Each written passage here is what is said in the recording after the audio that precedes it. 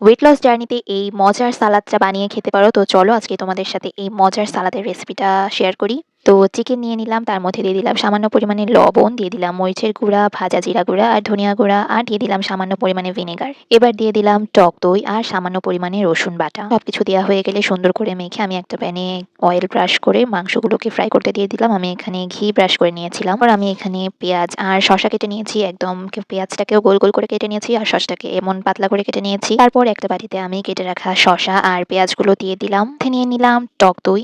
এই সালাদটা কিন্তু আমার ভীষণ পছন্দের। তো তারপর এর মধ্যে দিয়ে দিলাম ভাজা জিরা গুঁড়া আর ধনিয়া গুঁড়া, এরপর দিয়ে দিলাম চাট মশলা, তারপর দিয়ে দিলাম মরিচের গুঁড়া আর দিয়ে দিলাম বিট লবণ। আমার এই সালাতে কাঁচামরিচ একদমই ভালো লাগে না।